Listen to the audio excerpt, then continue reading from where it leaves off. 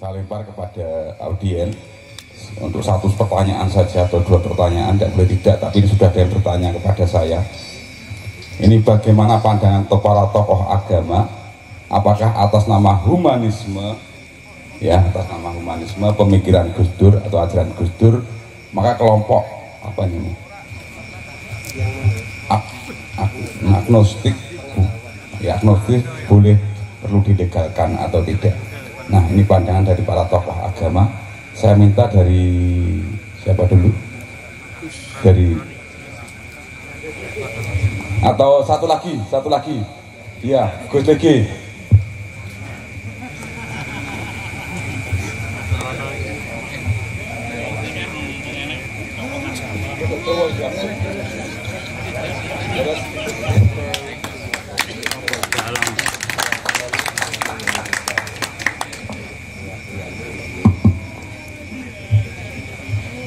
Hai, assalamualaikum warahmatullahi wabarakatuh.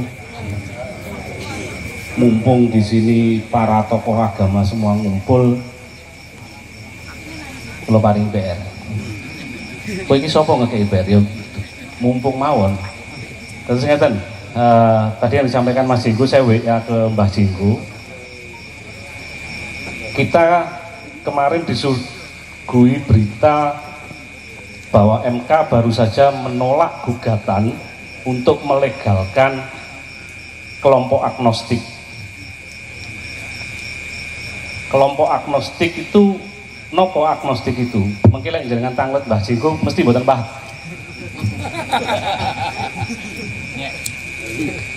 Agnostik itu bertuhan tapi tidak mau beragama. Bertuhan tapi tidak mau beragama. Dan itu mungkin Romo Bowo juga sedikit banyak, saya yakin juga ikut memetakan. Di Ponorogo komunitas seperti itu sudah mulai banyak, mulai menjamur.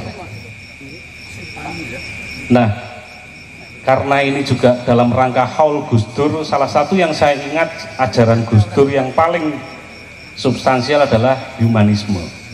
Maka pertanyaannya kagem poro-poro tokoh agama ini, apakah atas nama humanisme orang yang tidak mau beragama itu perlu dilegalkan?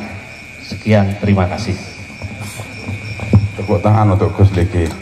Ini sekretaris PCNU. Mungkin satu lagi. Oke, Bapak Yanartib.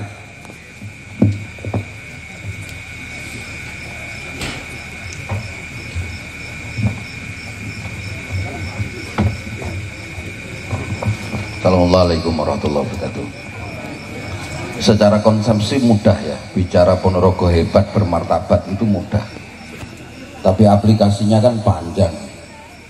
Kita ini sangat mudah, bener Gus Rohman itu, kita ini sangat mudah tercapik-capik dengan suudon masing-masing, potret masing-masing, sehingga bertengkar di wilayah masing-masing.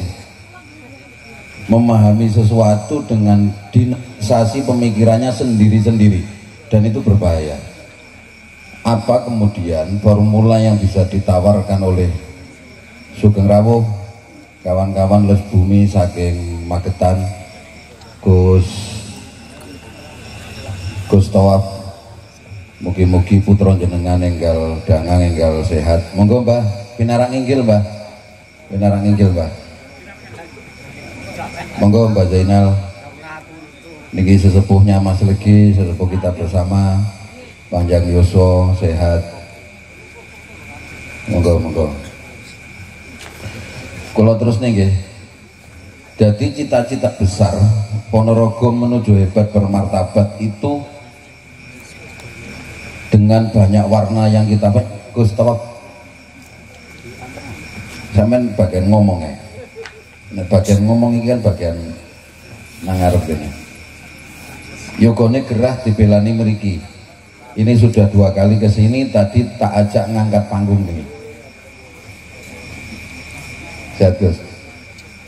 Formalisasi apa yang ditawarkan kepada kebijakan rayu, kepada masyarakat, kepada sesama pemeluk agama masing-masing, kepada antar umat beragama dalam rangka menjaga stabilitas keamanan, stabilitas bernegara, supaya kita membangun bisa cepat, bisa seirama. Karena dengan potret yang kita punya, jangankan yang ngapunten, jangan kita bicara dengan agama, tentang agama, kita cukup bicara pilkada saja sudah terbelah-belah dan kita sudah terbiasa dengan itu. Maka betapa nek kula kagungan angen-angen betapa hebatnya Mbah Katong golong-golong pendukungnya Suruh Kubeng yang saat itu bertarung jiwa raga ditundukkan dan kerso bangun Ponorogo. Enten sing nyebut di awal Pronorogo, ada yang nyebut Ponorogo.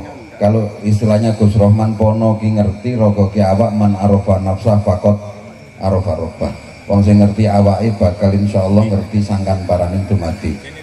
Kula estu nyuwun dumateng para-para Rama Bawa, Gus Rohman, Mbak Isma, formula apa yang jenengan bawa agar kami, kita semua sebagai rakyat Ponorogo saged guyub rukun aman tentrem bangun bareng-bareng.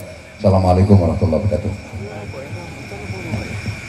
Sugeng rawuh kagem Gus Toaf dari Dinas Bumi Kabupaten Magetan, Yai Zainal sesepuh saya dan kemudian saya.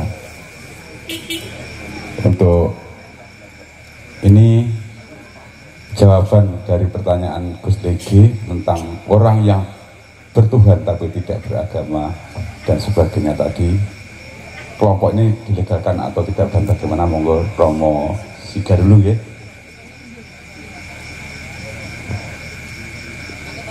Terima kasih ya, saya satu ketinggalan dengan informasi itu, tetapi pandangan itu lebih pada bagaimana orang mengedepankan soal pengertian pengetahuan yang ada dalam dirinya. Lalu dalam formal tidak. Kalau saya kembalikan yang di awal, apakah kita tidak suka kalau orang berpandangan beda dengan kita? Itu. Lalu legalnya itu kan mengarah pada agama. Nah, sedangkan agnostik itu kekuatannya itu pada pengetahuannya. Dia tahu bahwa ini benar, ini benar, ini benar, tapi hanya sebatas itu. Itu yang singkat yang bisa saya sharingkan.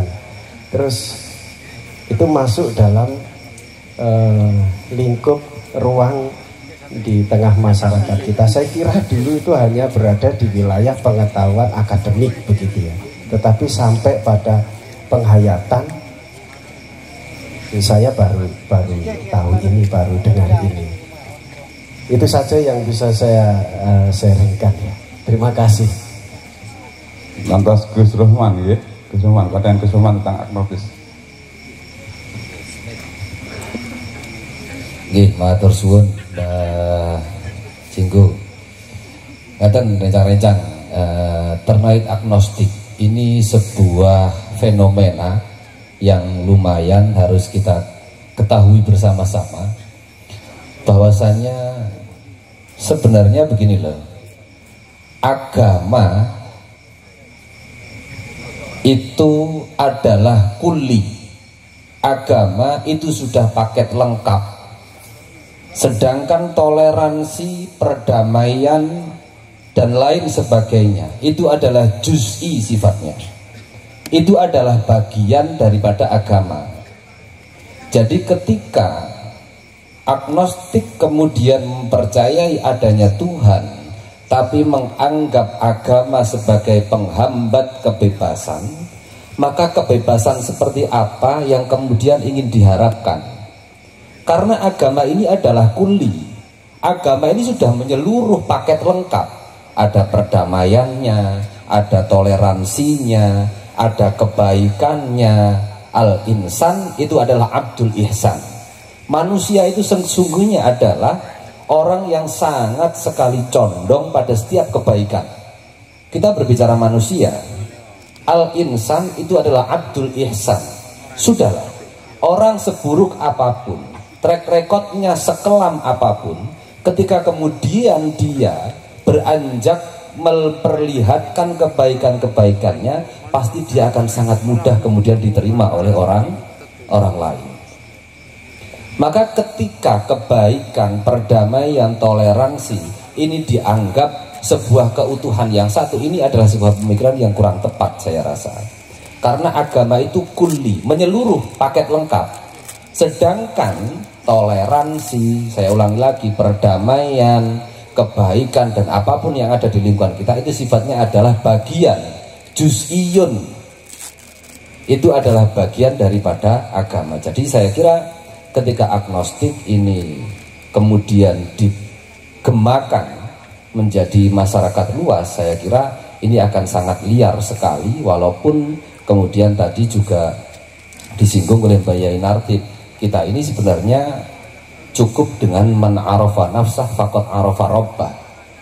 Akan tetapi untuk mencapai derajat faqad arafa rabbah, kita mengetahui diri kita, kemudian bisa mengetahui Tuhan kita, wasilahnya, jalannya, lantarannya itu nek gak nganggo agama kon piye, ngoten Mas Ibu. Apa kemudian berita-berita, kabar-kabar yang bisa membawa kita mencapai kepada Tuhan kita, mencapai kepada yang kita percayai. Apa kemudian yang bisa membawa angan-angan, impian, wangsit kemudian, oh mboten saged, tidak bisa. Karena ad-din itu adalah nasihat. Maka kemudian berislam secara kafah, beragama secara kafah, itu sebenarnya bukan kafah itu dimaknai kemudian harus seperti pelek, kemudian berjenggot, kemudian bercingkrang. Oh mboten. Karena berkafah itu adalah manajemen kolbu, ahwalil kulub.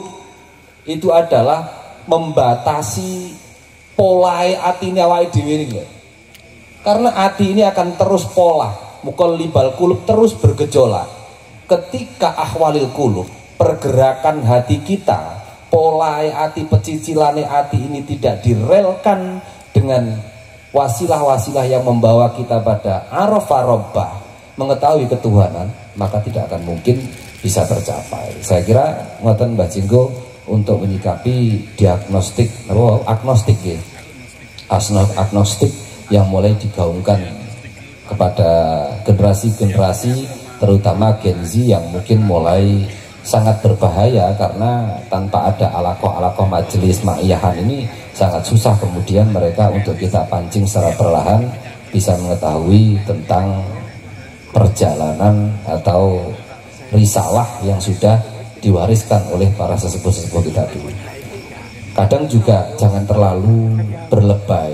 Jangan terlalu berlebay artinya begini, kita oke lah, kita bertoleransi, kemudian kita saling perdamaian kemudian, tapi rel yang kita bawa tetap harus pada jalannya, pada harus apa yang didauhkan oleh para ulama-ulama kita dan mungkin para sesepuh-sesepuh agama kita masing-masing. Maka jangan kemudian dicampur adukkan, kita kemudian terlalu berlebay, nyuwun ngapunten nggih. Kadang juga saya kurang tidak cocok sekali ketika menggaungkan perdamaian toleransi terlalu berlebay dan bertameng atas nama Gus Dur. Karena saya kira jalan yang beliau tempuh tidak terlalu mencampur adukkan sehingga melenceng dari relnya. Itu yang perlu kita ketahui.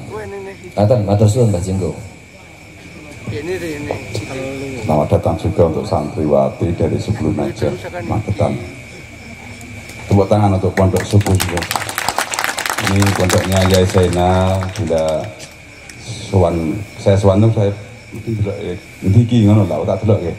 Oh ndiki apa? Endi santrine? Enggak. Mboten nggih nggih. Mboten nggih sowan omong sowan mriko. Ini santriwati dari Sebelum Najah Kedung Panji Magetan. Selanjutnya Jatiswara. Romo Bowo dulu nggih. Monggo Romo Bowo. Assalamualaikum warahmatullahi wabarakatuh. Salam rahayu waras wiris. Apa Mas Jinggo mau agnostik dari kata gnostik, Yunaninya itu pengetahuan. Kalau ditambahi a berarti tanpa pengetahuan. urip tanpa pengetahuan itu duduk menungso. Arepe dilegalno piye? Ojo. Agnostik itu melahirkan skeptisisme. Itu ada di wilayah Eropa, tepatnya di Inggris, Skotlandia dan seterusnya. Itu mergo gak percaya wong sing beragama itu. Ning Jawa iki keyakinan iki. Agnosis iki gak ono ning Jawa. Keyakinan, kepercayaan, agama, ageman, ora duweni agama iki ya wong wudo. Telanjang bulat wis. Yo kemaluannya yo. Makanya dikai ageman supaya wong morale apik. Moral ya saka pengetahuan. Pengetahuan iki apik, iki elek. Nah, wong sing ora iso mbedakno iki apik, iki elek iki itu tanpa pengetahuan. Nggih ya. Apik, elek.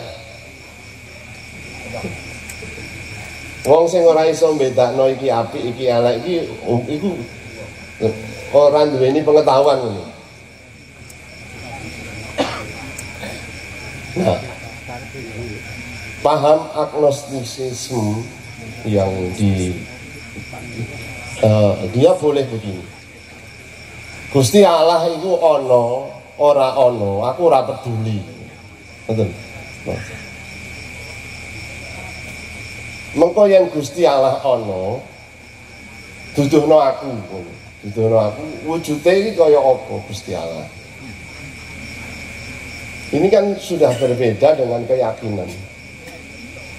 Empirisme, bukti konkret yang dia lihat adalah manusia-manusia zaman itu yang beragama justru melahirkan moral-moral yang merusak peradaban. Karena itu urusan sosial politik. Sehingga agama di Eropa itu lekat sekali dengan politik. Negara karo agama campur dadi siji. Iki Indonesia aja nganti koyo ngono. Sekalipun di Indonesia itu falsafah pertama itu orang berketuhanan.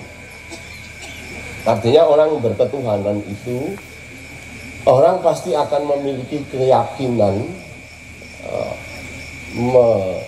menyembah Tuhannya dengan dalil-dalil aturan rokaatnya atau aturan liturgi peribadatannya itu sesuai dengan yang diajarkan turun temurun.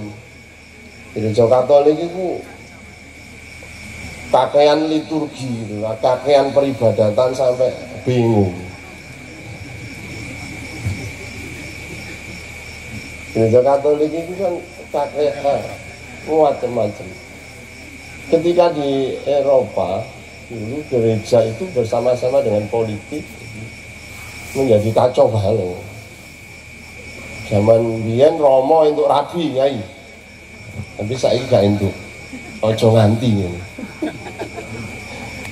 Zaman biyen iki nasibku dadi Romo. Nasib nek biyen entuk. Apakah ini bukan pengetahuan? Ini pengetahuan. Tapi bagi orang agnostis itu gak penting, ngono-ngono kuwi gak penting. Kalau itu dilegalkan, itu wujudnya kaya apa? Kira-kira urip bareng, mlaku bareng karo kancane dhewe wae skeptis kok. Itu agnostis. Karena dia lalu mempunyai anak keyakinan itu sampai pada penghayatan personal yang sampai pada terapannya perennial terus pagan, terapan-terapannya jebule yang goleki sing disebut pengada pusat zaman peradaban dunia itu siapa. Dan karena dia skeptis, maka dia tidak akan pernah ketemu. Beda dengan orang keyakinan. Orang yang memiliki keyakinan, kalau mau mencari sesuatu dia pasti akan ketemu. Misalnya wong goleki surga, kira-kira neng diliwat ndi? Nek teologi gak iso mlebu surga. Sing tak omong iki umang senimu iki iso mlebu surga, soalnya gawe ayame ati wong. Nek teologi kan rumit. Gusti Allah digambar noro-norono sampai ora lali dalane mlebu surga iki sing kaya apa. Nah, tapi orang yang memiliki keyakinan, dia iso matek itu menuju satu titik di mana dia aku kudu nglakoni iki. Lek surga itu api, ya aku kudu nglakoni api. Ora mungkin wong Allah mlebu surga.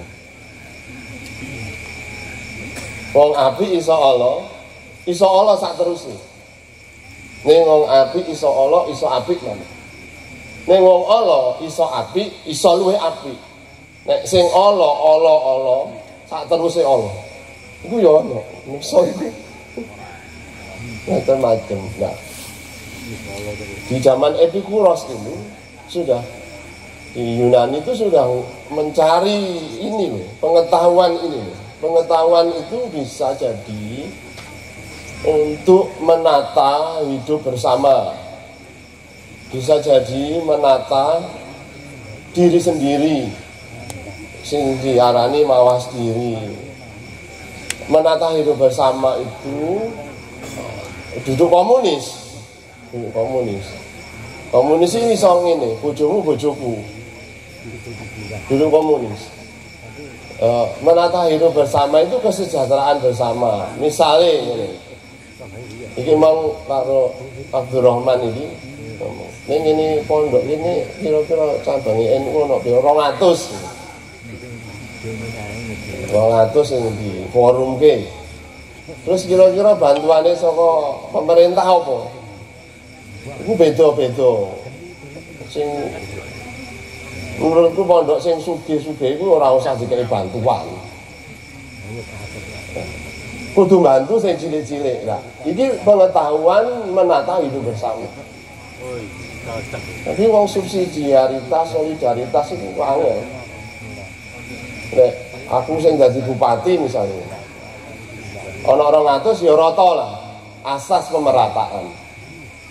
Setahun pisan ngurangi anggaran kan ngono.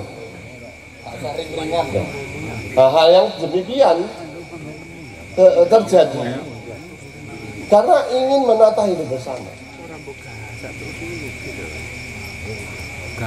Tapi kalau ada kepentingan itu mesti duduk mlebu ngene tata hidup bersama itu. Karena hidup bersama itu yang program pemerintah yang bagus yang semoga dikawal itu adalah makan gratis bergizi.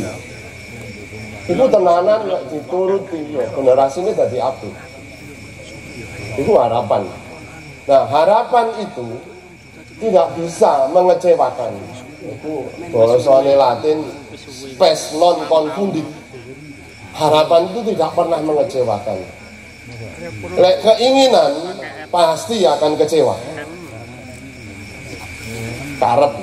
Jadi kalau harapan itu pengajeng-ajeng, pengarep-arep itu teko gak teko sih diharap-arep. Kalau harapan itu membuat orang kecewa, keliru. Misalnya bumi ini harapannya dadi banom. Yang ora dadi banom, ya aja kecewa. Ngono lho. Iki harapan. Nek keinginan ini mesti kecewa. Nah, aku kepengen iki aku sapa ngono. Aku iki sapa? Aku kepengen. Aku duweni wewengkon ora, aku duweni peluang tidak. Saya pernah ketemu dengan Gus Dur itu 3 hari dan mondok di Banjur itu, ketemu Goro-Goro Mustafa ini, terus aku kan ngomong Gus, Ponorogo itu dalane bupatinya waktu itu Muhadi. Saiki Giri winginane ketemu aku. Dia ngomong, "Wis ta Romo tak sret lho." Yo, tanteni. Bupati ini kurang wani waktu itu dia. Terus Romo aku didongakno. Loh, kok aku sing ndongakno? Kamu kok dongane Romo mandi? Terus aku ya njaluk sama Gusti. 3 hari di sana itu mau ngrungokne wong ngaji, ten ayem aku. Wong ngaji. Ayem terus dolanan karo santri-santri ngrungokne kuliah subuh. Padahal sing ngekeki kuliah ya Romo-romo saka Jakarta. Aku Romo ngrungokne Romo ngekeki kuliah. Waktu itu dan tanpa ada apa? Karena kalau ketika kita mempunyai tendensi terhadap sesuatu hal, yo siap-siap dulu. Apa yang kita pikirkan, apa yang kita inginkan itu kalau tidak terpenuhi jangan kecewa. Tapi kalau saya berharap seperti malam hari ini, saya berharap ada sesuatu yang bisa untuk teladan gitu. Melaku bareng bangun Ponorogo hebat. Apa sing mau dibangun gitu loh. Apa nih sing arepe dibangun? Mau lagune iki mau. Ratakan tanah bergelombang. Timbullah tanah yang berlubang. Iku sakjane nek menurut kitab Yahudi. Saka kitab Isaias dan kitab Yahya ini. Zaman samono sing jenenge Yahya utawa Yohanes Pembaptis itu ngluwuh swara ning padang gurun itu gumuk-gumuk padha ratakno. Tanah-tanah jeblong iki padha uruk kanggo dalane pangeran. Dalane pangeran. Pangeran iki sapa? Gusti. Si Allah ini sing meh liwat dalane menungso. Nek wong agnostik gak apa iki ngono. Gusti Allah kok liwat dalane menungso. Lah, dalane Ponorogo ora dilewati. Lewati dalane Ponorogo sapa? Menungso sing ngabekti nyembah ing Gusti. Iki yo dalane wong sing duweni keyakinan ana ning Gusti Allah, makane dalane dandanono dhisik. Sret ngono. Iku gara-gara lagu ki lho. Aku kelingan iki lagune ya yo. Mergo pangeran iku mbutuhne dalan sing lurus kanggo uripe manungsa. Mergo uripe manungsa iku ruwet. Dalane ya ruwet, jelimet, akeh sing terjaring pinjol, akeh sing terjaring kakek Zeus lot. Pinjol iku dalane wong ruwet, dalan lurus. Dalan sing berlubang-lubang. Masih jeglong kadang metu. Awake dhewe kabeh iki mlaku bareng iku gawe dalan lurus iku lho kanggo urip keberayaan urip bareng urip teng masyarakat ini. Kan Mas Jenggo. Terus aja mbok legalo maksudku dalane kabeh jeglong-jeglong Ponorogo ngono lho. Matur nuwun. Assalamualaikum warahmatullahi wabarakatuh.